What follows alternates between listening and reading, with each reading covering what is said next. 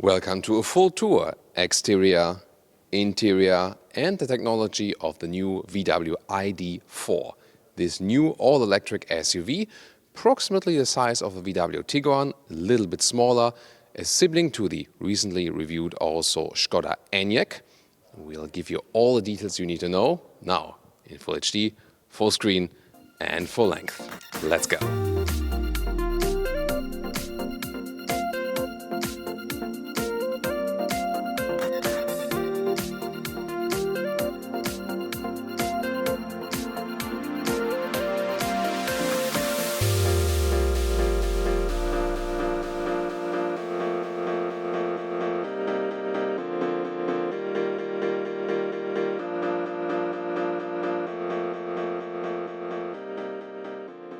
In the front we can see a very round shape, some kind of VW Beetle heritage. We already seen that with the VW ID3, but here then in this more higher crossover look.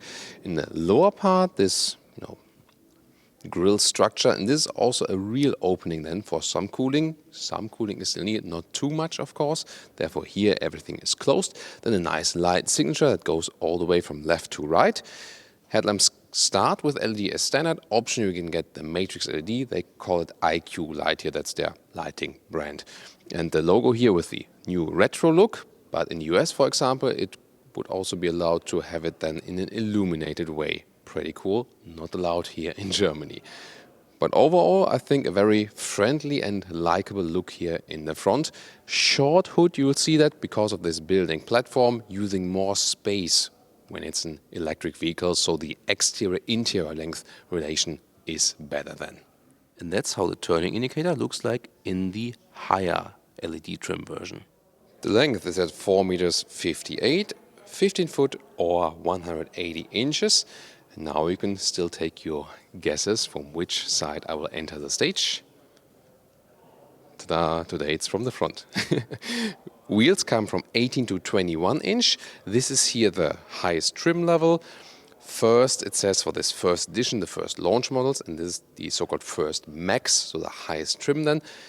So these are the 21 inch wheels also, so the biggest ones available. You see here crossover cladding, but very well integrated with the rest of the paint. The paint is honey yellow, but we'll also have a blue car. You've maybe already seen it in the intro. Soon more to that as well. Here the side profile, once again, as told you, this rather van-shaped style with a short hood in the front. Then we have a contrasting silver in the top part here and also forming this C-pillar. Strong shoulders and also a pretty, strong dropping line here, dividing light and shadow. And here the integrated door handles. So this looks really seamless, and this is an interesting solution because we've seen some that like pop out and go in again. And here in this case, it's the way they stay as they are. And just from the background, there's like an area which gives you some kind of haptical feedback.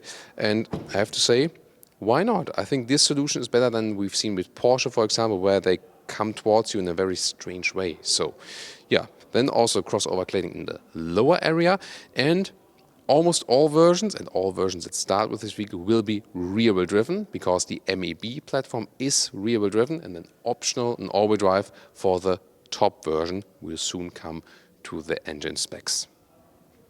In the rear we can see these three-dimensional tail lamps, and they come then with an elaborate LED function when you pick the Matrix LED, and the light strip that goes all the way over the vehicle again with the retro logo. So rather a normal hatch style, but with a little bit more shape right here. And then there's a big crossover cladding contrast in the lower part.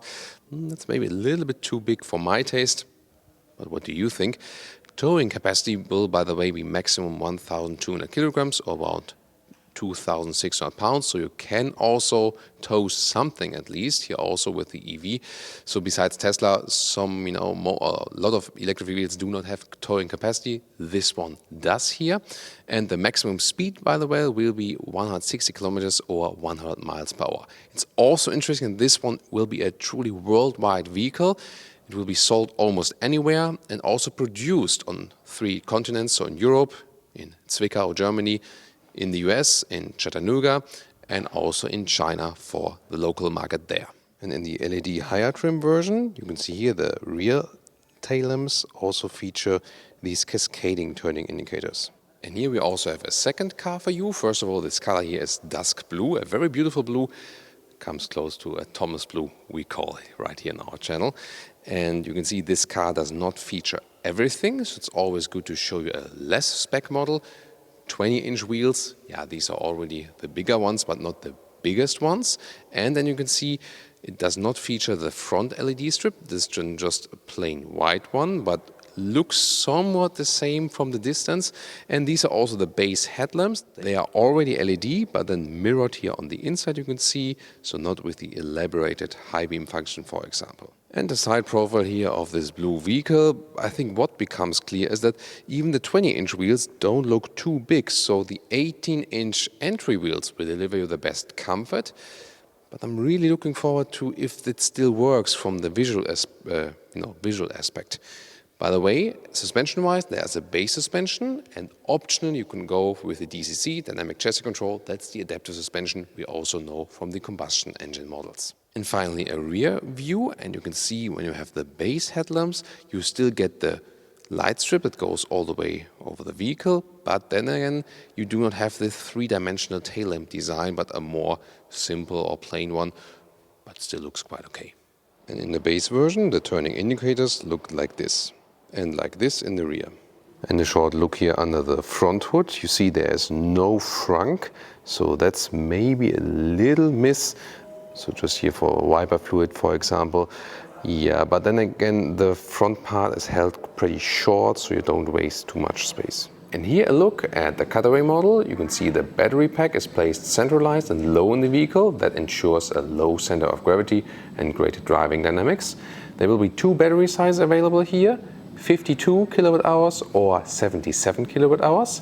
The small battery will come with 150 or 170 horsepower. The big battery with 175 or 204 horsepower. Then, so far all rear-wheel driven, and later on there will also be a 300 horsepower performance version available. Will it be maybe called R? And this one then has all-wheel drive and about 6 seconds in the acceleration figure. And the official range figures for the small battery, 360 kilometers or 200 miles, and for the bigger battery, 520 kilometers or 320 miles. Charging here, you can see it's very well protected against rain with this one, and then additional cover for the DC charger.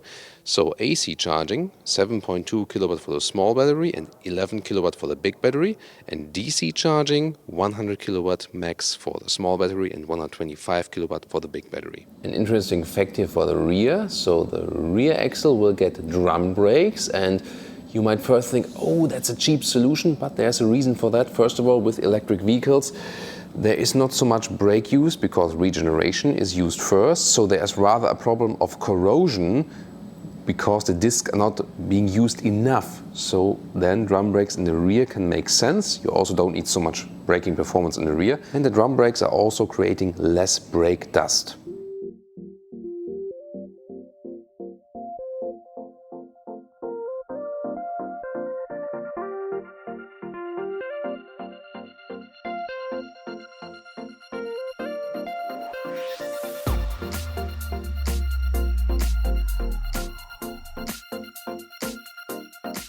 So this is the car key, slim actually, the high gloss, maybe some scratches after a while, I don't know, but it looks and feels quite nice, but again, quite skeptical about the shiny black. So here and then again the door handles, you see there's also illumination and also keyless entry. Here for example the mirrors fold in when you touch it on the outside. When you go on the inside, just open it, it will also release then the side mirrors again. And here there we go. So, and here you just hold it and pull a little bit. You have a little bit of haptic feedback behind that, so I think it's actually a nice solution. Then door closing sound, very solid, pretty cool. And then inside of the doors, here the top part is from soft touch. Then you have a leatherette insert, so all the materials beside the steering wheel you see in this car will be animal free. Then reasonable door pockets, they also open the electric hatch. Here now there's one interior styling right here. The dark one, there's also a bright one available. Soft touch here on the top dash. Then the steering wheel with capacitive buttons, left side for cruise control. They're like in 2 steps basically, that you can use them for 1 or 10 kilometer steps. Right side then to control something of these instruments and also for the volume. Some more comments to that. Then the seats. They're actually pretty cool. So the base seat will start with fabric cover, and this one is the more elaborate high trim seat, then with microfiber. So this is really feeling very high class. Then with the stitching in these areas, and the outside is then again leatherette, and everything is really high class quality. So really impressed by that. And the seat itself also looks pretty cool. There will of course be different color trims available later on.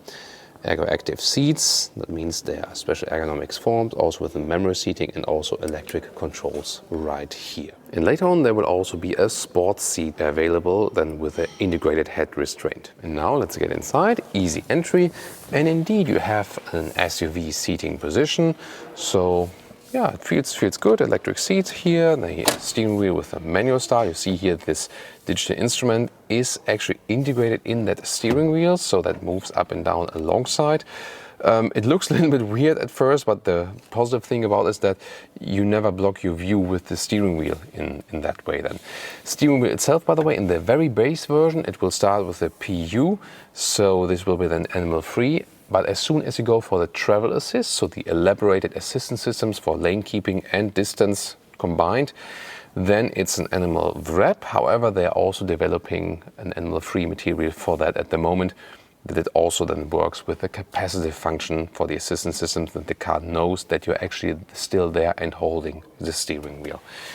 Then here, when I put it in the lowest position, the seat, with 1.86 or 6.1, still some headroom left. There is a panoramic view, roof here available. You see here, you slide it open or close it here with this slider area. It cannot be open. It's a fixed panoramic roof, but it's really large and goes all over the vehicle. And overall, a very comfortable seating position. I like these seats, can be lengthened in a manual way in the lower part. And again, this really feels like, stepped up the game. It really feels like a premium vehicle. And a nice detail are these pedals here with pause and play for brake and acceleration. Interesting also these armrests here, and you can adjust them here in a different height, so they stay like this. And this has some kind of traveling feeling. Now to the interior overview. Left side, small digital instruments. They always come like this. And the gear selector is here for putting in drive or reverse gear. Then you can also see it has this illumination there in the front. There's also a rear camera with PDC. I'll put it back to the park mode. And then on the right side here, either 10-inch or optional this 12-inch screen. So 2 different sizes available. The base one will also, of course, just do fine. Soon more details about this touchscreen. One thing in advance, temperature slider here in the lower area and volume slider right here. And this is, of course, doing it while driving, not the best solution. So I prefer manual stuff there. Or maybe then a shortcut at steering wheel, but the steering wheel again is also capacitive here, also with the volume control. It looks fancy, but it's not the best user interface. Then here are some hotkeys, for example, to access the climate function like this. Then you can also, control it like here. It's off at the moment. Or also for the driving modes, because this car will also feature DCC, dynamic chassis control, the adaptive suspension. You can see here, soft touch here, then there's this decal element, also some ambient lighting here, then there's rather hardback underneath. In the lower area you have adaptive cup holders, really open space atmosphere. Then this slider can be open and you have an inductive charging pad, 2 more USB-C supplies. And these splitters here, they look familiar, quite Tesla-ish. And the instruments here on the left, kept pretty simple and basic, so mainly the speed and the range. Of course, there will be more range available, as I told you earlier. This one not properly charged. And here, the assistance system, for example, you can go a bit bigger or smaller. And on the right side, there would then be the GPS input appearing. And the head-up display, it would appear bigger to the human eye than it does here look on camera, with the speed and the loud speed, but also some GPS information there on, for example. And it also has an augmented reality function that you can see, for example, some arrows on the road. Now more details about this screen. Note that this is a prototype vehicle and can be a little bit different than later on, but we experienced that with the ID3 already, that it maybe needs some more CPU power or so. And also the visualization looks already quite old school. At least, you know, the main menu is, you know, with a quite good overview. That's okay. GPS then looks like this. Let's check out the map here, and this is actually quite clear. Again, I cannot be very certain about how responsive it will be in the final version. Here it's, you know, like somewhat, but definitely not responsive enough. We'll see how it's later on in the final vehicle. But overall, I think the software side is something they still can work on with this vehicle. You do have some hotkeys here, for example, with the climate function. And again, you have a classic climate where you can also control the vent strength, for example, when the car is on, because this is not properly powered at the moment. But you also have these vents program, and here you can also access the seat heating, or you would do that right there. Other than that, here the driver assist, you can change some of the assistance systems here, for example, but then you have to press on the upper part. So with the elaborated functions are available, and they also scored very well, for example, in the ID3 test. Here the driving modes, once again, this will be especially relevant for the dynamic chassis control. We have the sports mode with more throttle input, yes, but then also the suspension will get stiffer if you have the DCC. And CarPlay integration, Android Auto is of course also available. Here, this one also wireless, but I usually connect it with a cable, and then there's a very good integration right there. And the sound system here sounds quite nice. I think, yeah, it's an awesome song. You should get it. And I think because the speakers are, you know, put way outside, and you have this van-style atmosphere, that might also serve for the good resonance here. Very nice. And this vehicle also features some bright features. Here, for example, white inserts at the inside of the doors, white steering wheel, and also the steering column. That looks nice as a nice contrast. However, this one is not equipped with the panoramic roof. There you can also see how it looks like without it. And here in this vehicle, we can also see the ambient lighting a little bit better. And the rear compartment, you do have hardpack at the inside of the doors in the rear. That could be better here in this, you know, segment above, definitely. But nice seating position here. The bench falls a little bit backwards, but so far it makes a good impression. However, I'm more a fan of upright benches. However, what they did here is when you have the falling bench, then you ensure a little bit more headroom. It gets close with 1.86 or 6'1", but still, you know, plenty of space. And the look from here to the panoramic roof is really, really cool. There's this black shade you can also close then against, you know, more sun. Here then, plenty of legroom left, although it's not such a long vehicle, so the space is very well used. Again, a nice microfiber leatherette mix here in the seating area in the rear, ISOFIX here at the outsides each. Then you can pull down this here for non-adaptive cup holders actually. There's also a ski hatch available right here. And good thing that there's no middle tunnel, electric building platform, so you can also sit very well in the middle part. It's also not too stiff here, quite soft leatherette, and then yeah, it's actually a nice seating position also for the middle seat. That's a good advantage. And then there's an additional climate unit here in the rear with some USB supplies. And as for the trunk, electric tailgate is an option or included in the higher trims.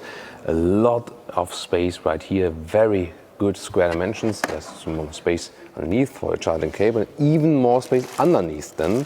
So yeah, that's pretty cool. When I put a standard backpack in here, you can see it very well also fits from the height.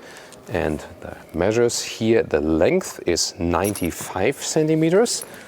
The width in the lower part about a meter, a little bit more than in this part.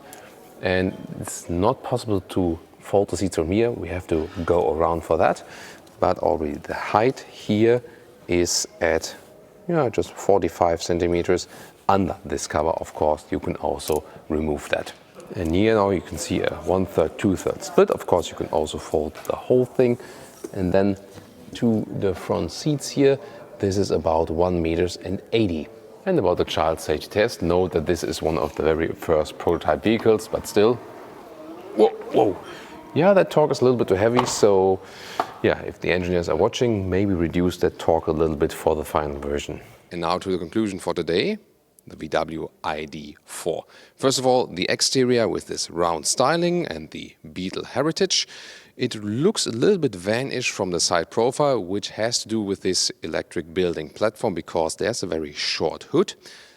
However, still with this crossover look for sure. And the building form, when you sit on the inside, really rather feels like an SUV. And talking about the inside, you feel that is, definitely a step up if you compare it to the ID3. So a little bit more premium. It's also a segment above that. Really nice with these microfiber seats definitely, but also the base fabric seats will just do fine. And they're really more consistent, especially if you compare it to the Skoda Enyaq. They used a lot of animal skin materials. Here Volkswagen is really consistent in their choices as for the seats, happened to the ID3 and here also to the ID4. They want to be more sustainable on the interior and of course as a whole, also producing this car once again CO2 neutral with CO2 savings in production and also then evening out, for example, with planting trees later on. So a very good approach. They really want to be more consistent in this topic now after all. Steering wheel materials will also be updated, told you earlier about that. Then you also have a lot of space on the interior. This is also a thing which this platform here is really supplying very well. And prices between 37 and 60,000 euros. So entry version of this vehicle will actually be quite attractive as for the pricing. And this is probably also one of the most important things about this vehicle. It will be a very competitive compact or mid-size SUV, depending on your perspective, and won't have so much competition yet. Of course, more is yet to come, and there's also the Tesla Model Y, for example. But I'm really sure that this one will be one of the heavy hitters EV SUVs on the market. What are the disadvantages? Capacitive buttons on the steering wheel, didn't like them too much, also with driving the ID3. Software in the infotainment system, I also would expect a little bit more as for that. So these are the two downsides of this vehicle to me. Other than that, it looks like a very, very promising concept after all. So thanks so much for tuning in today. Also tune into the Skoda Enyaq episode and also to our recent Tesla episodes, for example. See you there or see you next time.